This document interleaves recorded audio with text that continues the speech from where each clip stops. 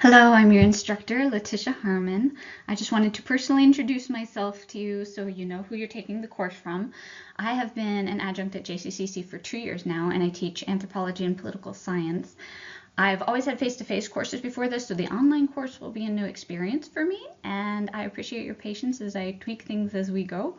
It will be a learning experience for all of us, but it should be fine. As far as me and my background, I got my MA in International Studies with an emphasis in South Asian political economy and human rights from the University of Washington. I was at the Jackson School of International Studies.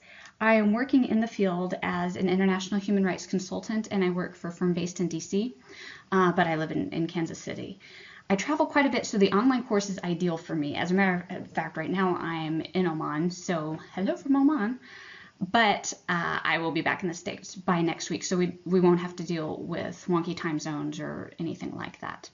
As far as how I handle this course, I try to be as accessible to students as possible. Don't be afraid to contact me and ask questions. The only time I don't like students contacting me with questions is when I have already posted the necessary information and made clear what you are supposed to do, and then you contact me and ask me about something that we went over on the syllabus.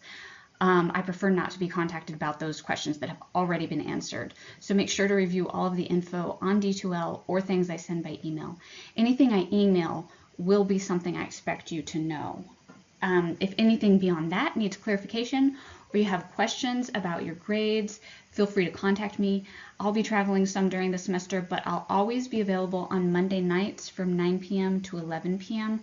As I stated in the introduction, that's something I'm doing to make sure if you have any questions before you turn in the assignments on Monday night, you can get immediate clarification from me.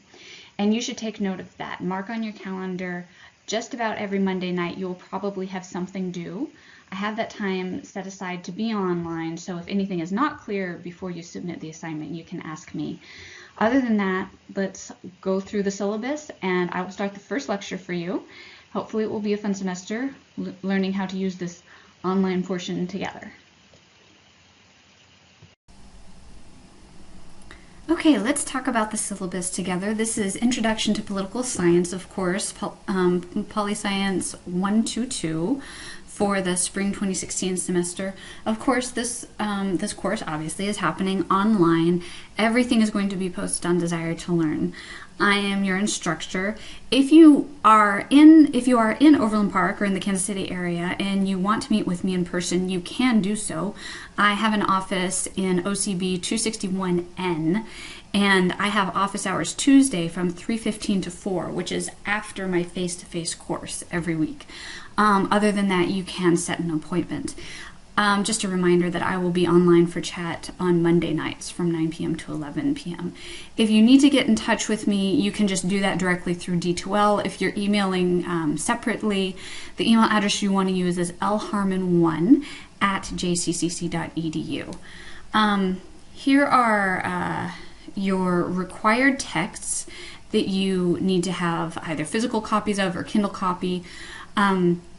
The Challenge of Politics, an Introduction to Political Science, and I am using the 4th edition. The other book that you need is Global Economic History, a very short introduction. There are additional required readings, however, because it's segments of a book, not an entire book, I am going to scan those as PDF and upload them on D2L. This will be the last half of the semester. We'll be reading Gender, Class, and Freedom in Modern Political Theory by Nancy Hirschman.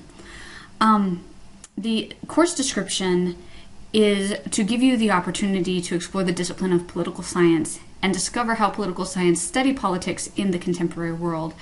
It takes an interdisciplinary approach to understanding the field. However, emphasis is placed on current affairs and the role of economics and international affairs in American politics. That's the nature of who you have as your faculty member. It's going to be different, whoever you take political science from, which aspect of political theory they emphasize.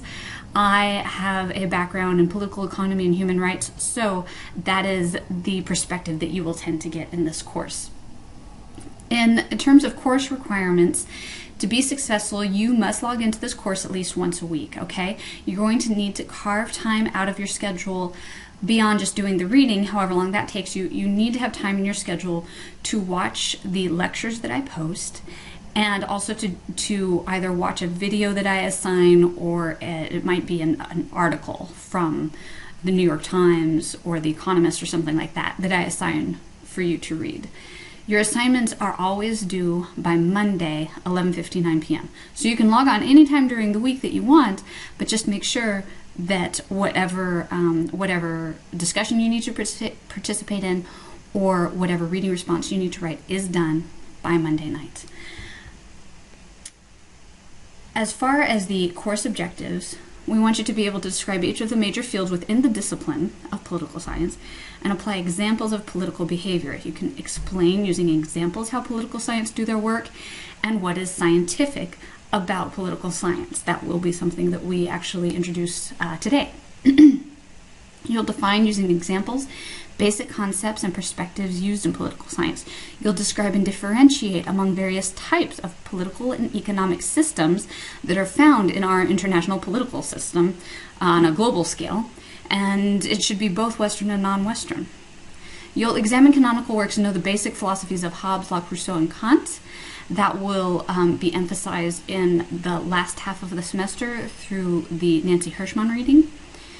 Number 5, you can identify and explain the motivators for political action and apply representative examples of each category to case studies, basically being able to recognize real-world examples.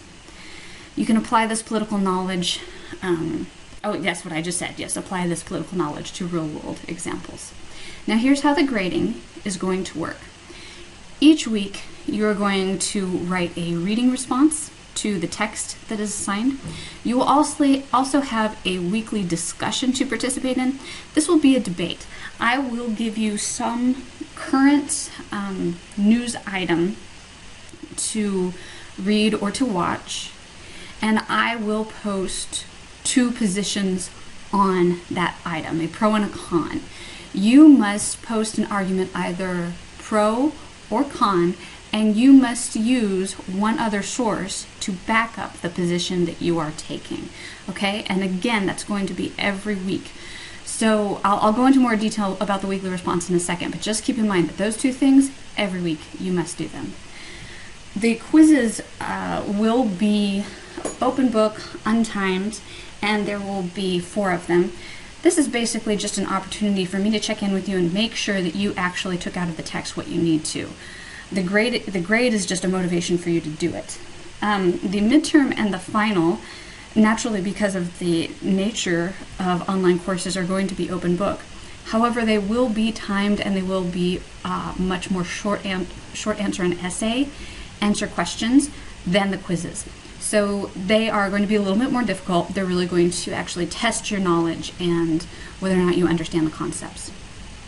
So just a review of the total points is 200. As you can see, your weekly assignments are the majority of those points. So do not miss several of those weekly items or you will seriously lower your grade. Okay, the letter grades are posted to the right there. You can check that out. This syllabus is posted on content on D2L, by the way. Here you go. As far as the weekly response, here's what I'm looking for. It's a short response, 300 to 1,000 words, to that week's assigned text and online lecture. Okay? So you can respond to the material as a whole or to one specific point.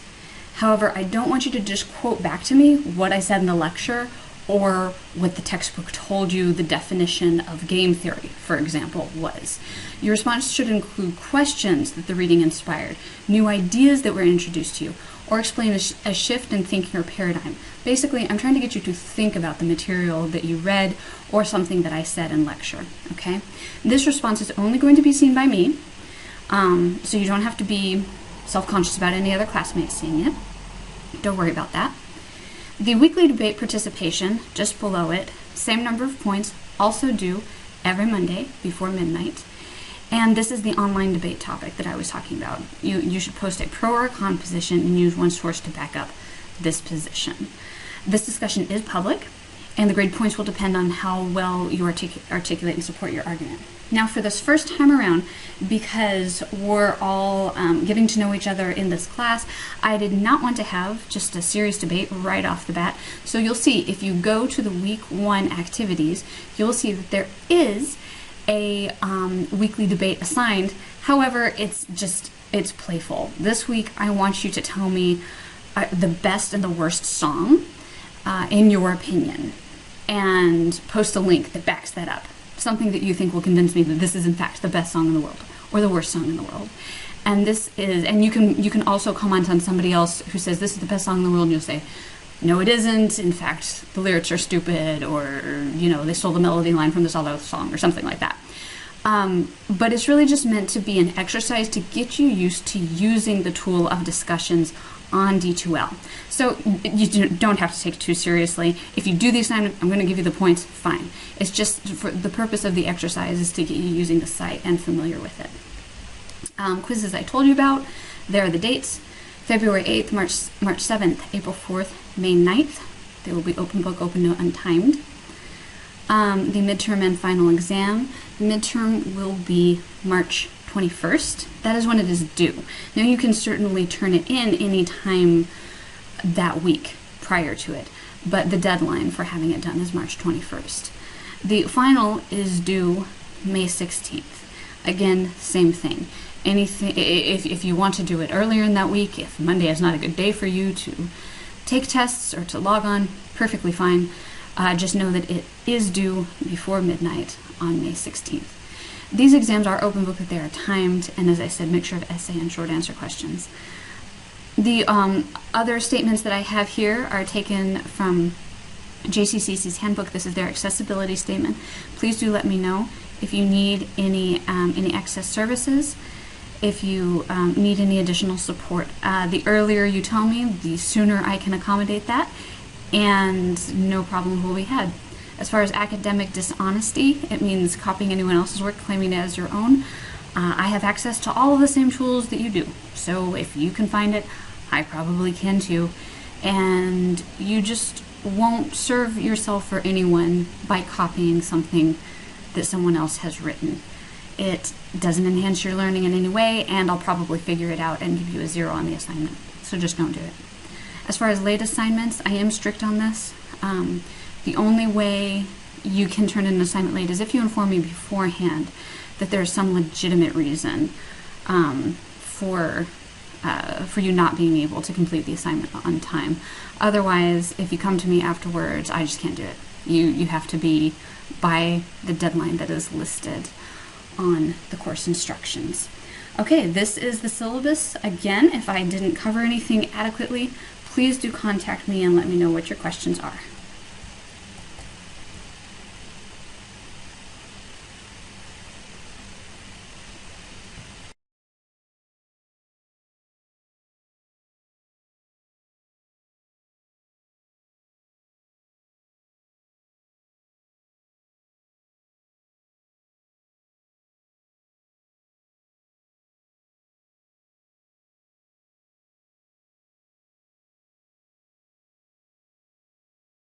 Questions. Okay, so if we go to D2L, I'm on the student view right now, so this should be your news page. There's a little introduction from me here if you haven't watched it yet. Everything will be in content, so you can go here and you can look at week 1. If it loads. There we go. And there will be an activity checklist. You don't have to use the checklist, but I think that this is a good place to start. Oh, it looks like it's not. I haven't published it yet. But everything that you have to do for week 1 will be in the checklist, so that's kind of a one-stop place to make sure that you've actually completed everything. In order to do the response, you can click here.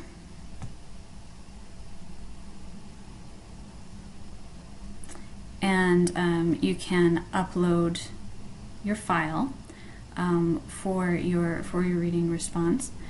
And then the other way you can get to it is if you go to Dropbox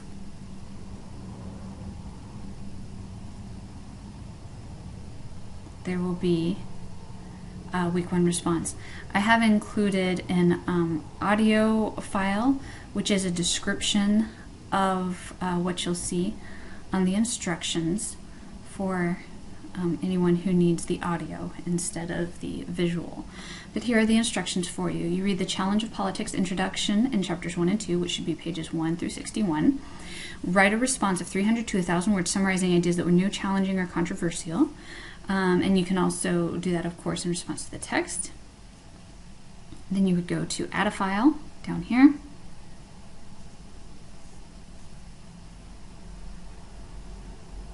And then you upload your, this needs to be a Word or a PDF document. I have tried opening other files. D2L doesn't like them, so please do Word or PDF. Okay, back to content. Remember if you get lost, go back to content. Everything is there. The other thing that you're going to do, so the assignment that I've given you for this week is watching the documentary Mandala. Part of why I'm doing this is because of what we'll be talking about as far as Thoreau and civil disobedience. Now, I know that this link is not going to work here because I'm in Oman, and it won't let me watch Hulu in Oman. But this should work for anyone in the States, and it should. There might be ads, but it will be free to watch, so you don't need to be logged in. Yes, based on your IP address. I know that. You don't want me to watch this. Okay, so we'll close that. Back here. After you've watched that, or after you have done whichever additional activity I give you, maybe it's a current event article, maybe it's another video about something current. What you're going to do is you're going to participate in the debate, and you can get there through, again, content, week 1, so week 1 debate. And the instructions are right here for you. Post 2 links. Post a link to what you believe to be the best song in the world under that topic. Explain why it is the best. So you have to have some kind of logic there. You can't just post something. Post a link to what you believe to be the worst song in the world under that topic. Explain why it is the best. So if we click on debate and we go here, you can see there's 2. The best song. So you choose your best song in the world. You find your link to it, and you would start a new thread. Okay? Start a new thread. Enter your subject, probably the title of your song, and then you can include lots of stuff here. You can choose the insert stuff, insert image, insert link, or just type text. You could probably copy and paste a link if you want to. Now, the other way to get here, like I said, you can go to content and then week 1 materials to find this, or you can click on discussions. And here's the discussion list. Again, same thing. Say you want to post for the worst song in the world, same deal. You click on that, you would start a new thread. Okay? And your thread is going to be your song title. If you want to respond to somebody else's song title, then you will reply to their thread. But when you are posting your song, start a new thread. Okay. Now, as far as the rest of this, the quizzes will, of course, be here. I haven't made any quizzes public yet, so, you won't see anything there right now. But the week before they are due, those quizzes will be posted. This is where you'll find them. You'll also find them under content. You can check your user progress. I don't know if you can see the class list. I guess you can as students. You can. There you are. Okay. The other thing to do is up here in along your top taskbar here, you're going to see alerts. You're going to see discussions that you have subscribed to or that you've participated in. You'll get alerts here. Probably if someone responds to your best or worst song, that'll show up here. This is going to be, it's going to be updates. If I post a new news item, it will tell you that here. This is where you can message me. What you do is you click on that, and instead of go to email, you click go to pager. Okay? Now it's going to open a new window here, and you can check your class list to see who's currently online and look for me. Let's see if it shows me as being online right now.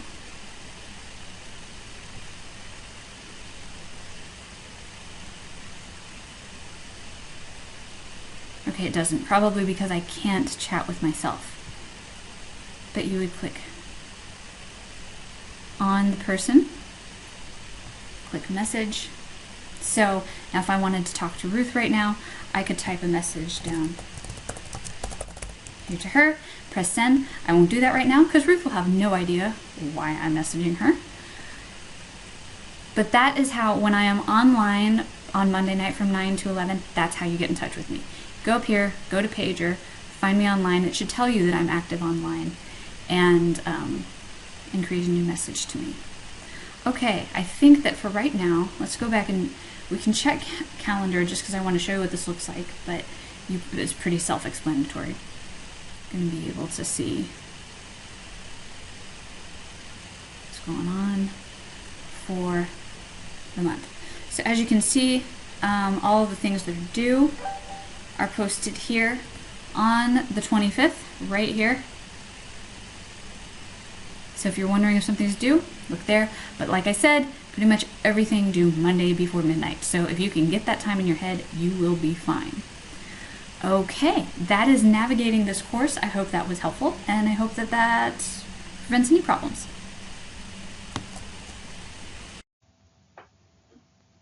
Okay, so we have kind of walked through how to navigate the course, how assignments are going to be submitted. Now I'm going to actually start the lecture, which is based on the text for you.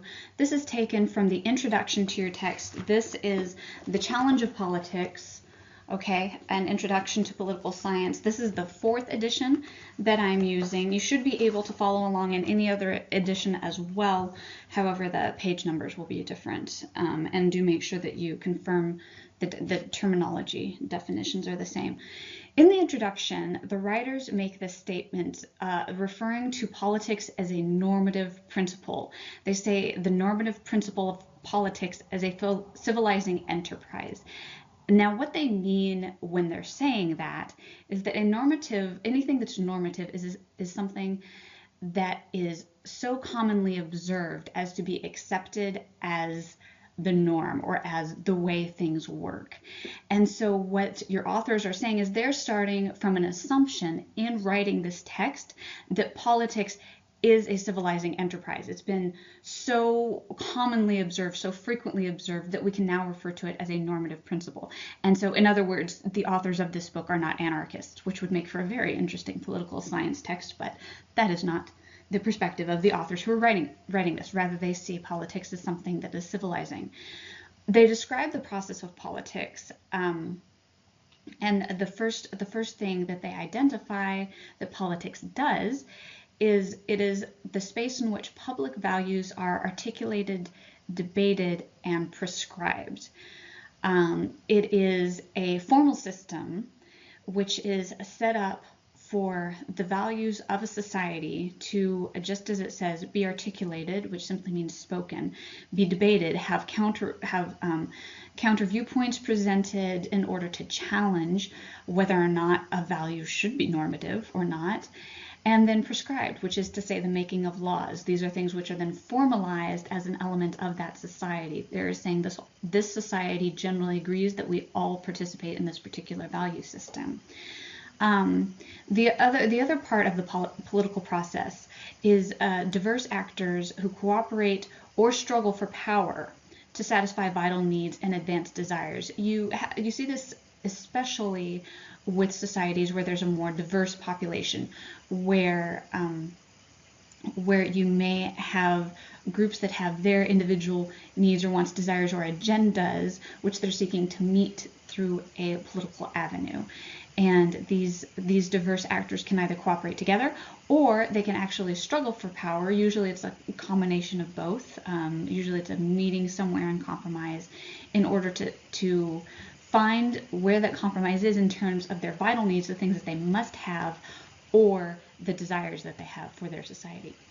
Number 3, politics is the process whereby policies are made and implemented and enforced. And I actually added, I bolded and italicized enforced because your authors don't say enforced, but that is actually, in my opinion, a very important element of how politics work and the service that they provide society. So this is the first part of the introduction, which you will find in my edition will be page 1 through 5. In this text, we will essentially be talking about 2 major types of political communities. Obviously, there are going to be smaller subcategories within that, but we're mostly going to be contrasting unhealthy political communities with healthy political communities. And there's some pretty straightforward aspects of what makes a community healthy versus unhealthy. In an unhealthy political community, you see frequent war and civil war, that is both external and internal violent conflicts. You have tyranny, you have economic ruin or a trend towards economic ruin. Even if you're starting from a place of prosperity, the conditions to secure and enhance that prosperity don't exist, and so you're on a continually downward economic trend. You also see a reversion to barbarism or the absence of civilization. Barbarism is just a way of saying essentially lawless, or like they say, without civilization. But in a healthy political community, we don't just allow people to kill someone because it makes their life more simple, or to take something away from someone because they want it. That is barbarism. It's returning to a more animalistic way of living. So in essence, the unhealthy political community prevents peace and harmony, does not create a space where peace and harmony can exist between individuals and institutions. And that includes individuals even being able to reach the institutions or achieve change through the institutions. There's a barrier between the individuals and political power or political change. So both the society and the political systems are unhealthy, and there's a barrier between them that prevents access and change. Now, the healthy political community, by pretty obvious contrast, is going to secure peace, do not have a lot of violent conflict, either externally or internally. They will protect human rights. The healthy political community enhances economic prosperity. Again, you're looking at the trend, maybe starting from a place of few resources, maybe in poverty, but an upward trend. Conditions are favorable for building prosperity. It also advances ecological balance. Another word for that might be sustainability. A healthy political community it will also allow excellence in the arts and sciences to develop. So you can progress, you can succeed. There is an emphasis on education and achievement, and that also carries with it this idea of class mobility. Even if you were to start in a place of poverty or low education levels, there is access to higher education, to excellence, which will then provide success, which advances you to a higher class within the society. In essence, a healthy political community works for the common good. One of the things that we have to bring up is the study of politics as science. A lot of times when we hear that word science, we think of something that we can dissect and only gather quantifiable information on.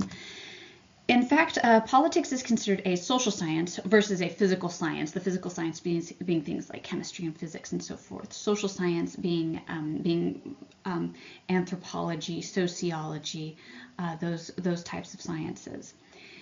And social sciences study the systems and behaviors that humans create and engage in. It's basically a study of human behavior. And of course, in political science, we're looking at the political systems, the formalized systems of governments that humans have created. A science always seeks to be objective through research, observation, and testing hypotheses. Political science is no different. It is always seeking for objectivity. A good political science will provide an analysis of politics in the past, present, and predicts the future. It, in fact, is resting a lot of its prediction for the future of the past and present analysis. This quote is taken from page 4 of the text. Political scientists need to project forward to scenarios both positive and negative in order to critically assess what lies ahead in politics. This is pretty much the nature of political science as opposed to something like history. History would look at and possibly analyze events that had occurred in the past, but it ends there. A political scientist is, the main objective of a political scientist, I should say, is constantly looking forward. We're looking to the future by analyzing the conditions we're in now and what has happened in the past. But the objections are not a past or present analysis, it's actually always forward looking. So you have that contrast with something like history. Now, political science uses an analytical framework. It is focused on probing the future of political values. So we're looking at where political systems are going, what kind of values are going to dictate what institutions are in place, what laws are going to be associated with those institutions, how people are going to behave or react to those political values and institutions. Number 2, it seeks to understand emerging realities. So that's part of the analysis of the present.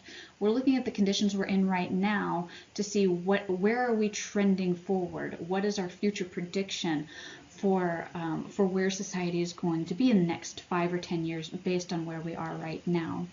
Number 3, a political scientist will weigh the costs and the benefits of alternative judgments, policies, and actions. This is where a little bit of economics comes into play, actually, because economics is actually just the study of how humans make decisions, of human behavior. All of human behavior is a cost-benefit analysis. What do I gain versus what do I give up? And that is part of what politics is going to be looking at as a science. It's going to be looking at this weighing of the cost and the benefits of one choice over another choice. There is almost never win-win in the political world. That's a fairy tale kind of existence. If you get it, then hallelujah, it's your moment in history. It doesn't happen, hardly ever. So most of operating within politics is weighing these judgments and policies and actions to figure out what you gain versus what you lose. And in that aspect, you get into much more of the political economy side.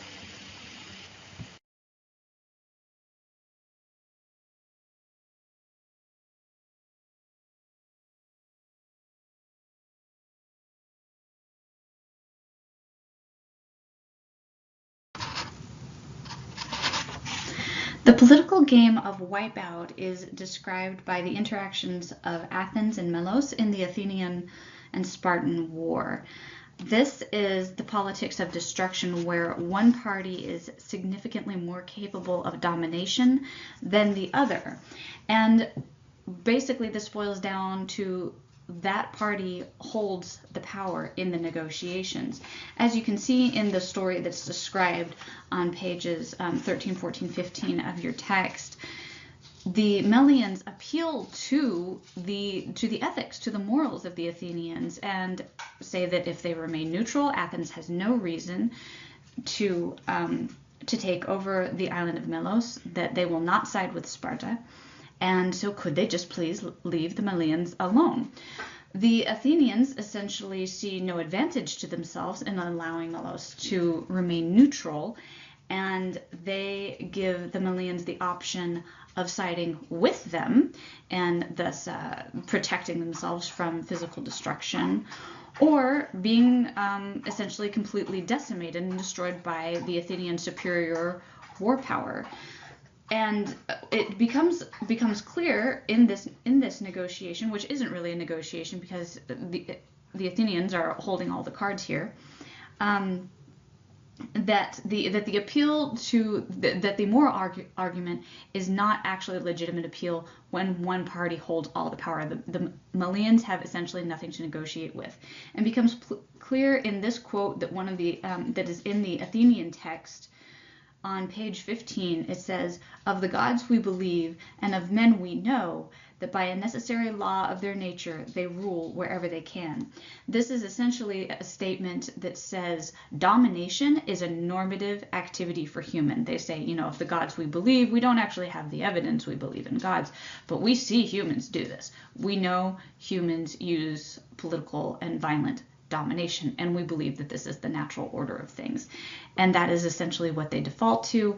And the Malians are left with the choice of insisting on their freedom and risking war, having in essence certainty of war, and just hoping somewhat naively for the best, or they can submit to the power of the Athenians and be more or less secured in their safety, although they will no longer have their independence and their sovereignty as a nation. They will be under Athenian control.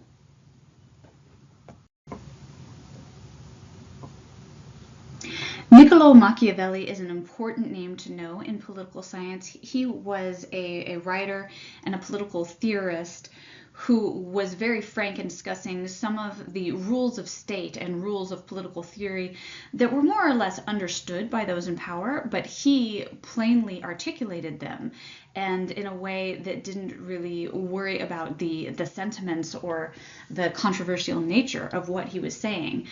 And this lion and fox example that is on your text starting on page 19 of your textbook is a great example. Now understand here that what Machiavelli is suggesting is that a leader must be brave as the lion and powerful, so he must use a display of force, and the fox must be smart, clever, cunning. Notice that within this story, within the comparison of the lion and the fox, there is no animal or representation of something that shows compassion or an ethical or a moral aspect. He is purely utilitarian in how he's looking at the role of a statesman. The cunning leader, the fox leader, might do things for the people that will generate goodwill, and the people might love him for. But Machiavelli is saying he's not doing this because it is the good, right, moral thing to do. He's rather doing this as an act of cunning in order to win the people and thus enhance his power. And this is contrasted with the need to use force. Of course, the prince must make the choice between being forceful or being cunning, and if possible, balancing both. And this can be an example of military strength versus diplomacy, for example. Leading into the next section, which you'll see a video for on the next slide, we then talk about Henry David Thoreau and civil disobedience. This is a completely different type of political theory that is almost entirely based on the ethics and the moral of a situation. And when you are watching this video and when you are reading this section of your text, what I would like you to consider, and I would like you to write about in your weekly reading response, is this act of civil disobedience and also acts of terrorism like were originally discussed in the section on political wipeout. Think about what the fundamental differences are between a terrorist act against a state or an act of civil disobedience against a state, and be able to articulate and define the difference between those two. And then when you watch the documentary Amandla, I want you to think about and then answer in your writing response, or in your weekly reading response, excuse me, whether or not you think that the revolutionaries who were fighting against apartheid in South Africa were using terrorism against the state or using civil disobedience against the state, and what games you think that the state was playing in South Africa, using the three examples that we've looked at so far.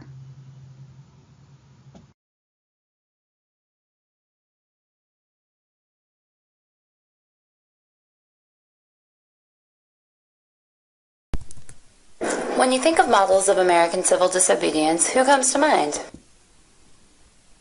When you think of models of American civil disobedience, who comes to mind? Rosa Parks? Martin Luther King Jr.? Did you think of Henry David Thoreau? His is not a name currently associated with the idea of civil disobedience, but in the 1840s he literally wrote the book on the topic. Well, at least he wrote the essay. Thoreau's essay, Civil Disobedience, or Resistance to Civil Government, published in 1849, is a call to arms similar to the stances that people like Parks and King would later take. Thoreau argued that people owed it to themselves and their fellow man not to blindly follow their government if they believe the government's rules and laws are unjust. This was partly motivated by Thoreau's dislike of slavery and the American government's support for it. Though Thoreau begins the essay expressing his serious displeasure with the American government, he wasn't advocating for true anarchy. That's where the civil part of civil disobedience comes in. Instead, he argues in the essay that American citizens should really follow their own consciences, and that those opposed to slavery or the Mexican-American War should stop paying taxes, because paying taxes to a government that supported these things was basically offering them support. Civil disobedience argued that what a person believed to be right is more important than what was mandated by the government. It states, "Under a government which imprisons any unjustly, the true place for a just man is also a prison." Which brings me to the question you're probably asking yourself. If you refuse to pay taxes, won't you go to jail? In Thoreau's case, the answer is yes. He did briefly go to jail for refusing to pay the poll tax, basically just a per-person tax that existed at the time. But since Thoreau was a transcendentalist, he believed that if his soul and conscience were free, then he was free, even if he was technically behind bars. As we've covered in other videos, transcendentalists believed in freeing oneself from the material world and focusing on self-reliance, and that people could become more imprisoned by a desire for material wealth than by the bars of a physical jail. Despite all this, Thoreau states in Civil Disobedience that he doesn't believe the American government is all bad. He just thought that he and other Americans should demand better. He said, "The progress from an absolute to a limited monarchy, from a limited monarchy to a democracy, is a progress toward a true respect for the individual. Is a democracy, such as we know it, the last improvement possible in government? Is it not possible to take a step further toward recognizing and organizing the rights of man? There will never be a really free and enlightened state until the state comes to recognize the individual as a higher and independent power, from which all its own power and authority are derived, and treats him accordingly." Whereas many Americans believe that democracy was the ultimate form of government and personal freedom, as a transcendentalist, Thoreau thought more emphasis needed to be placed on individualism, and in turn, individuals needed to take it upon themselves to fight injustice perpetuated by the government, instead of just saying they disagree with it but taking no action. He says of his own relationship to the state, "I simply wish to refuse allegiance to the state, to withdraw and stand aloof from it effectually." He believed that simply voting for or against something wasn't enough, and withdrawing financial support in the form of not paying taxes would send a stronger message. Henry David Thoreau's essay, Civil Disobedience, published in 1849, has influenced civil rights leaders from President John F. Kennedy to Gandhi to Martin Luther King. By advocating that citizens are obligated to actively, but not violently, oppose government rules that they believe to be unjust, Thoreau was asserting his faith in the power of the individual, an essential notion to transcendentalism. Thoreau encouraged Americans to avoid supporting immoral government spending, particularly in relation to slavery and the Mexican-American War, by not paying taxes, even if that action landed them in jail.